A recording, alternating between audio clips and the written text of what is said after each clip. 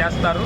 దీనిలో భాగంగా ఏంటంటే గత కొన్ని సంవత్సరాల నుంచి కూడా అధికారులు ఘాట్లను శుభ్రం చేయకుండా నాచు పట్టుకుపోయి చెత్తా చెదారంతో ఘాట్లన్నీ ఉండి అక్కడ హిందువులను మభ్య పెట్టడం కోసం ఏదైతే ఉందో పైపులు పెట్టి పైపుల ద్వారా స్నానాలు పెడుతున్నారు. ఇది హిందూ సాంప్రదాయానికి వ్యతిరేకం. ఏదైతే నదిలో మునిగి చక్కగా మన పెద్దలకి నదిలో దిగి పవిత్ర స్నానాలు చేసి సంతోషిస్తారు కదా, ఆ జల్లు స్నానమే చేయాలంటే ఇంట్లో చేయొచ్చుగా, నద్దాకి ఎందుకు వెళ్ళాలి అన్న ఉద్దేశంతో నదీ స్నానాలను పూర్తిగా రావటం మానేశారు. వాళ్ళు రావట్లేదు, ఎవరు పట్టించుకోవట్లేదు అని చెప్పేసి ఇక్కడ ఉన్న అధికారులు కూడా పూర్తిగా దీన్ని నిర్లక్ష్యం చేసి నాచు పట్టుకొని చూడండి, నేను చెప్పిన మాట అబద్ధమైతే మీరు ఇక్కడ చూడండి. పారిశుద్ధ్యం దీనికి సంబంధించిన విషయాల గురించి ఎన్నో రకాల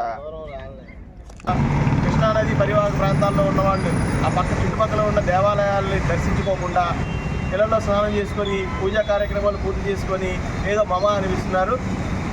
ఆ విధంగా కాకుండా నదీ స్నానాన్ని ఏర్పాట్లు కల్పించి పారిశుద్ధ్యాన్ని బాగా చేసి మనకి ఎలా అయితే 55 కోట్ల మందికి జనాలు